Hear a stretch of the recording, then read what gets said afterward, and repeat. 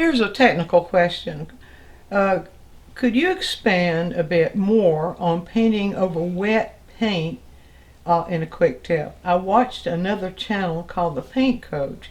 He says that the key is using thicker paint over thinner paint.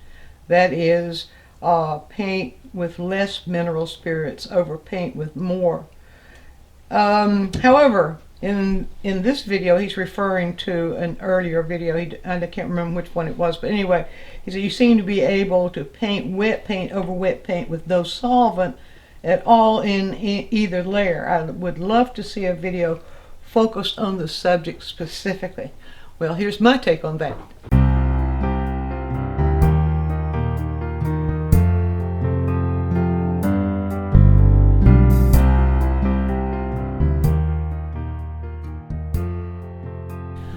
I'm not a proponent of putting solvent in paint that goes on the canvas, because solvent breaks down the integrity of the paint. Even though the solvent evaporates, the integrity of the paint has already been broken down.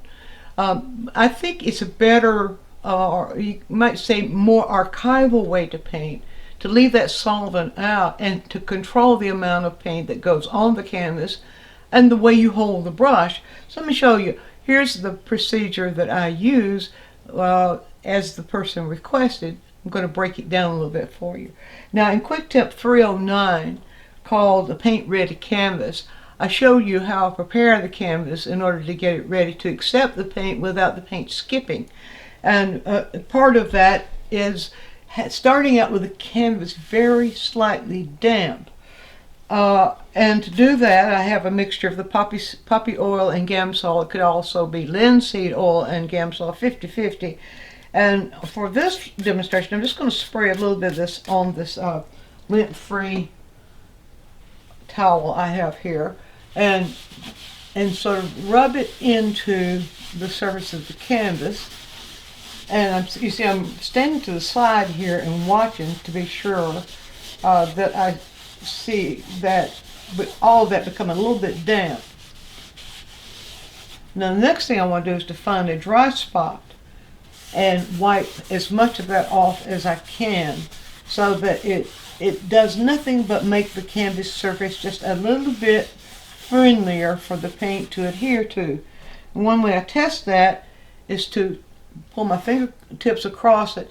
If my fingertips are just a bit shiny, that's a good test that it's ready to go.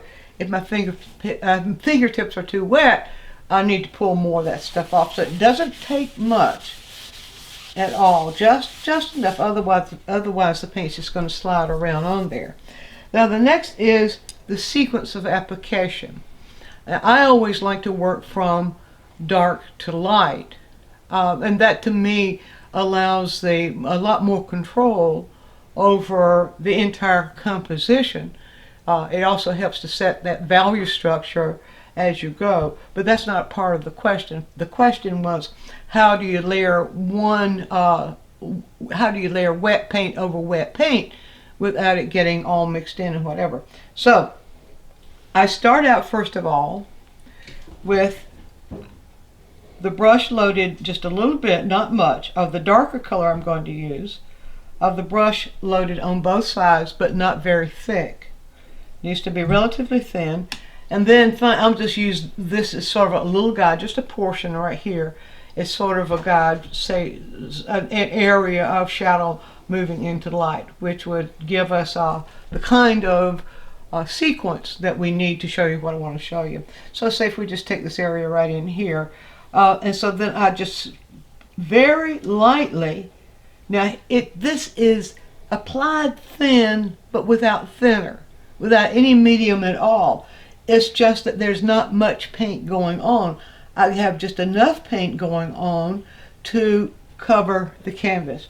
And you see in places where it didn't cover, I'll just repeat it just a little bit, but it's not very much paint going on there at all. So that's one of the keys to getting this to work. No thinner, but the richer paint, but not just a very, how can you say that, light coverage, not much paint at all on the brush. Now the other thing is how you hold the brush. If you hold the brush closer to the canvas like this, the paint will go into the canvas a lot better.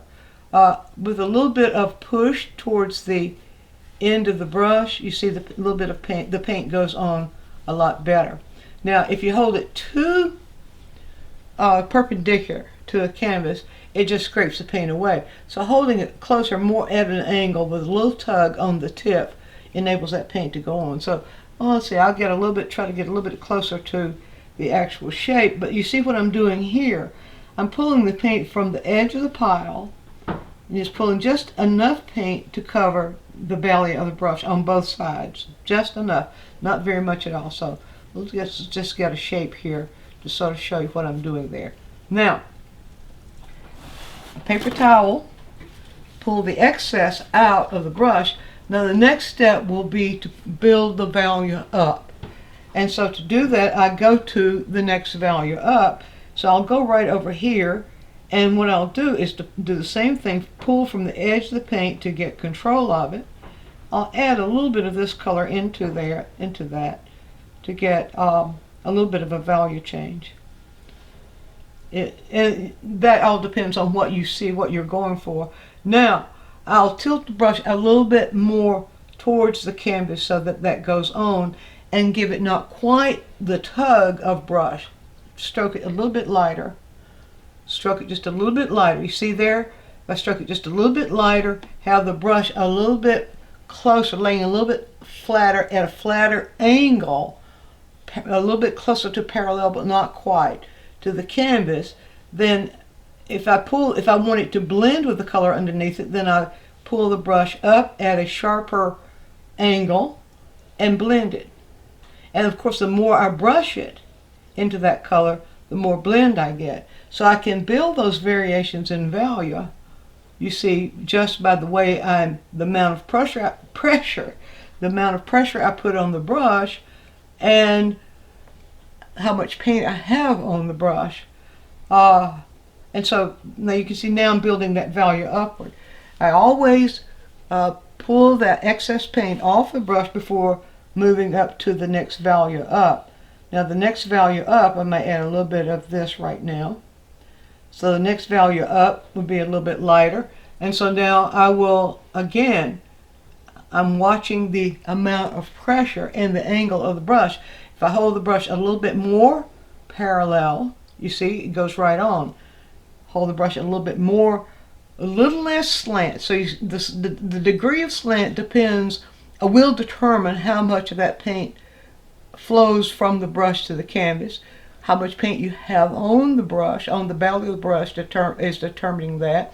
And the pressure, the amount of pressure that you're putting on it. So you're controlling really three things at once there.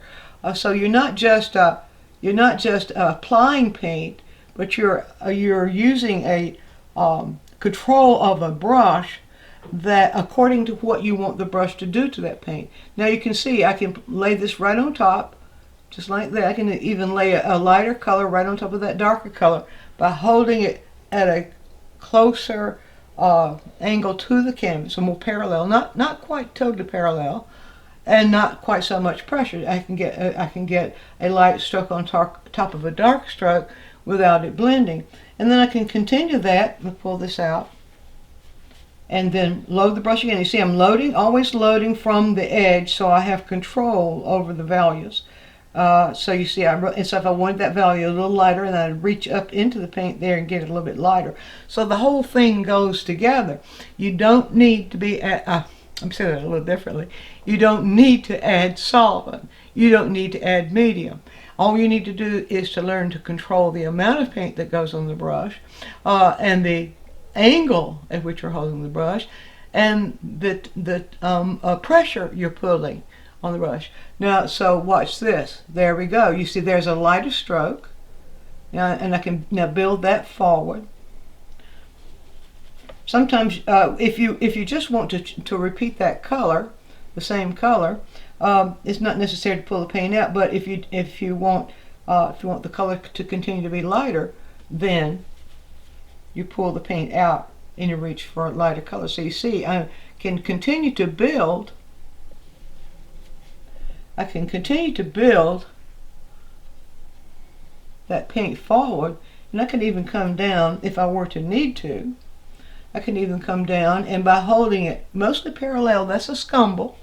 When you hold the brush mostly parallel, you have it on the back of the belly, and you just give it a gentle motion. One. Now, if you're the type of painter who thinks you've got to stroke 1,000 times in one place, you can't. This won't work.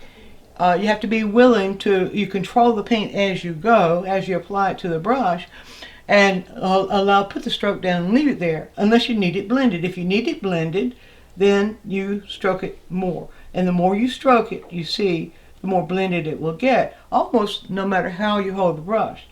All right, so that is how the whole thing works. It's how you're controlling the brush. But in order to make that work, one thing I do want to mention, and that is you need to start out with a paint that's a creamy consistency.